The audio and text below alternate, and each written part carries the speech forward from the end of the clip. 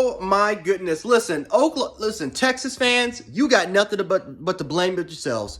You got to blame Sarkisian.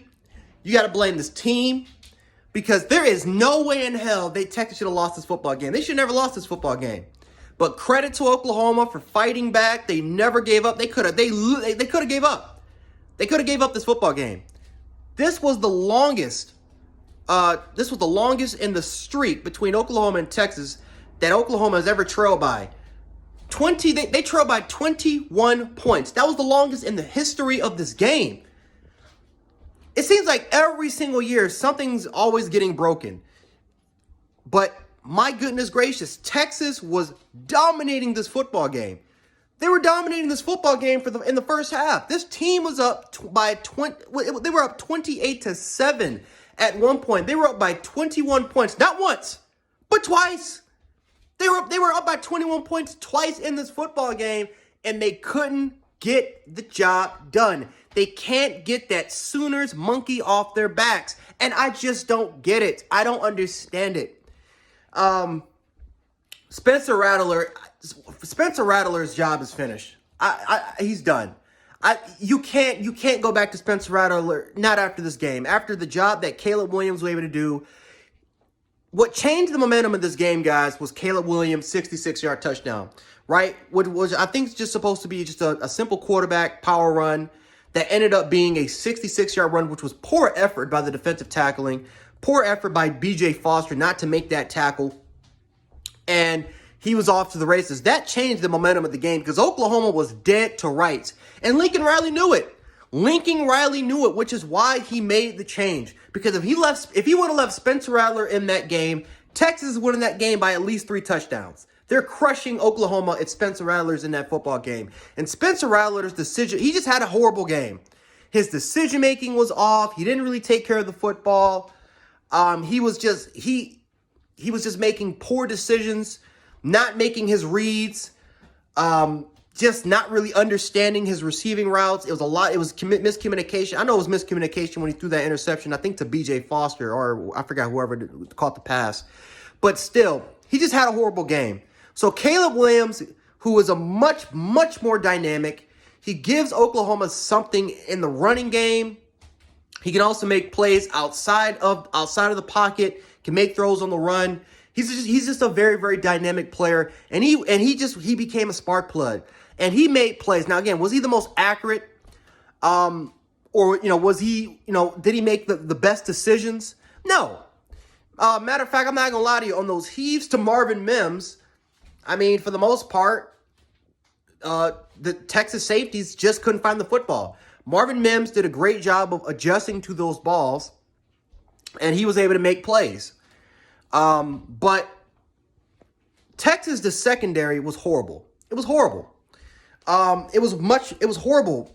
I would even say all throughout this game, because even in the first half, the secondary couldn't make tackles in the backfield. I can't tell you how many times I've seen missed tackles in the backfield, but this secondary was just missing tackles easily in the backfield, right? For the most part, Texas was dialing some really, really good defensive play calls, some really, really good defensive blitzes, some good play designs, but they just couldn't make tackles in the backfield. And then you got to look at this defensive line, who was dominant, led by Keandre Coburn, dominant in the first half. And then the second half came, and you can just tell they were getting tired. And the effort that we saw in the first half wasn't there. And it was horrible by Texas. It was horrible. They were brilliant in the first half, dialing up great play calls, doing a great job, neutralizing Spencer Rattler, really affecting his play. They did a phenomenal job. But there were 2 things that were consistent throughout this game that Texas just couldn't handle, and it ended up costing them. Number one, they couldn't make the tackles in the backfield. And number 2, they couldn't stop the run. Oklahoma was very successful running the ball all day with Kennedy Brooks and Eric Gray all day. And as soon as Caleb Williams came in the game, who gave them a new identity, just a dynamic presence on the football field, a different element to their run game, Texas had no answer for it. There was also some questionable game management decisions. I thought honestly, I called game after this, guys. It was when Steve Sarkisian went for it on 4th and 11. I understand it was like, what 4 minutes and 30-something seconds left in the game, but still, why in the hell would you go for it on 4th and 11 when you had 3 timeouts, you were in field goal range, and if you hit the field goal, give your defense an opportunity. They need something. They need something. They need a spark. And this team needs some type of momentum.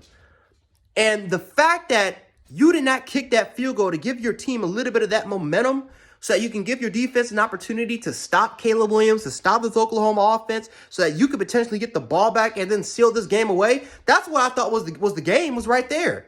I thought it was a questionable decision to go for it on 4th and 11. And if you knew the possibility that you guys might go for it, wouldn't you try to at least shorten the field so that you can have a short and manageable instead of a 4th and 11 decision? I mean, I thought that was just ridiculous, in my opinion, for Steve Sarkisian not to go for that field goal, or at least put your team in the position so that you can have a 4th and manageable situation. I thought it was ridiculous, and I thought that was the game right there. I thought it was the game right there because it gave Oklahoma a little bit of life. And Oklahoma was able to waste a little bit of clock. But that Kennedy Brooks touchdown, my goodness gracious. That entire drive, Texas just lacked effort. They lacked effort. They were tired. They lacked effort. The one play where Spencer Rattler threw to the tight end and he gained 12 yards instead of, what should have been a 6-yard run. And what should have been a 6-yard run ended up being a 12 because they thought he was going to go out of bounds, and he ended up getting 12 yards. And it just, that entire drive, Texas defense, that entire defense looked tired, and they just lacked effort. The tackling was horrible for this football team. It was horrible. Their forms were horrible. They were getting pushed off 3-4 yards off the line of scrimmage. Texas secondary, their corners and their safeties and their nickels could not get off of the receivers' blocks. Jaden Hazelwood was handling whoever was matching him on the outside in the run blocking scheme twice. But this was embarrassing. If you're a Texas fan, you got to be embarrassed. This is inexcusable for you guys to be up by 21 points, not once, but twice, and to lose this game. And I'm not even going to blame Xavier Worthy for that fumble. No, yes, does he need to take partial responsibility? Right? Does he need to take partially the blame? Because at the end of the day, it set Oklahoma up in a scoring position, in a scoring drive. But Xavier Worthy was the reason why you guys were in this football game, why you guys were dominating. He was one of the many reasons why. And he was at least able to make up for his mistake by once again having a huge drive, just burning Oklahoma secondary in these deep vertical routes, and was able to set Texas up in a successful position to score. So yes, Worthy deserves maybe a little partially the blame, but I'm not going to put it all on him. Like, I'm seeing a lot of fans on Twitter that are just blaming and just already sending death threats to Xavier Worthy, which is ridiculous. This loss is on Steve Sarkisian. It's on him. It's on Steve Sarkisian. It's on his coaching staff. And it's on these players, and it's on all the players. It's on everybody today. Because you can't do it. You cannot give up 21 points, not once, but twice in this football game. You had the game won. And the fact that you couldn't make any type of adjustments to Caleb Williams is ridiculous. You couldn't make any sort of adjustments. And they were lost. The fact that this offensively couldn't really do anything until late in the fourth quarter is also another reason why this Oklahoma football team failed today. But talk about a defining win for your program. Talk about a potential defining win for your program when it comes to changing the narrative of your program.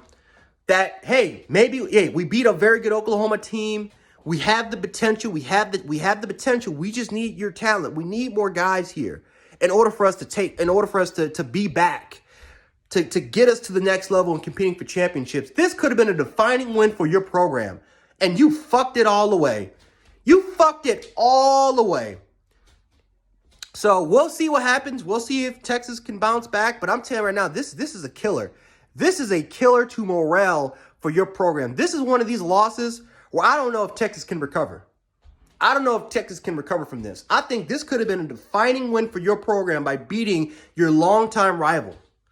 But We'll see what happens, man. We'll see what happens. But let me know what you guys think about this. I'm going to talk about another great game between Arkansas and Ole Miss.